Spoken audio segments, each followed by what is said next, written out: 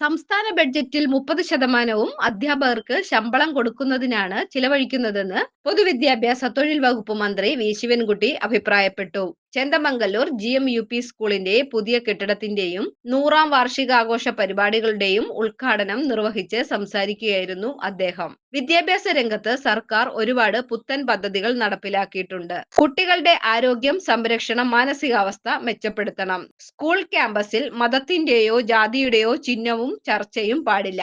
കുട്ടികൾ എല്ലാവരും ഏകോദര സഹോദരങ്ങളാണ്. വിശ്വാസവും ചിന്തയും രീതിയും അവർക്ക് പിന്തുടരാനുള്ള അവകാശമുണ്ട്. സർക്കാരിനെ സംബന്ധിച്ചിടത്തോളം കുട്ടികളുടെ വിദ്യാഭ്യാസ സംരക്ഷണത്തിലാണ്. 1 മുതൽ 12 വരെ 50 ലക്ഷത്തോളം വിദ്യാർത്ഥികൾ സംസ്ഥാനത്ത് പഠിക്കുന്നുണ്ട്. ഭാവിയുടെ മക്കളാണ്. ഒരു കാരണവശാലും വഴിതെറ്റി പോകാൻ പാടില്ല.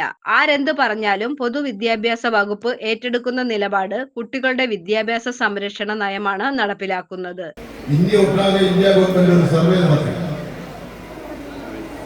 ഏറ്റവും നല്ല അക്കാഡമിക് ആയിട്ട് കുട്ടികൾ പഠിക്കുന്ന സംസ്ഥാനം ഏതാണ്? നിങ്ങൾ മനസ്സിലാക്കണം, കേന്ദ്ര ഗവൺമെന്റിന്റെ ഇത്രമാത്രം എതിർപ്പുകൾ, സാമ്പത്തിക രംഗത്തുള്ള ഉപരോധം ഉണ്ടായിട്ട് പോലും ഇന്ത്യ രാജ്യത്തെ സ്കൂളുകളിൽ വെച്ച് ഈ കൊച്ചു കേരളം 2ാം സ്ഥാനത്തെത്തിയിട്ടുണ്ടെന്നുള്ള കാര്യം ഞാൻ ഇവിടെ സൂചിപ്പിക്കാൻ വേണ്ടിയാണ്. 1ാം സ്ഥാനത്തെത്തിയത് പഞ്ചാബ് സംസ്ഥാനമാണ്.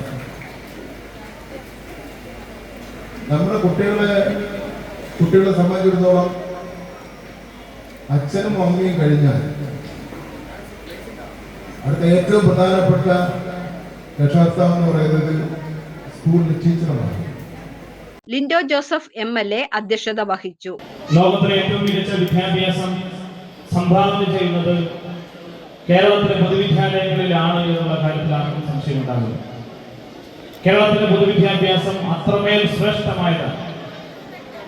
ചില ആളുകളെങ്കിലും വിദേശ രാജ്യങ്ങളിലെ പൊതുവിദ്യാഭ്യാസ രംഗവുമായി കേരളത്തിലെ പൊതുവിദ്യാഭ്യാസ രംഗത്തെ താരതമ്യം ചെയ്യുന്നത് നമുക്ക് കാണാൻ വേണ്ടി കഴിയുന്നുണ്ട്.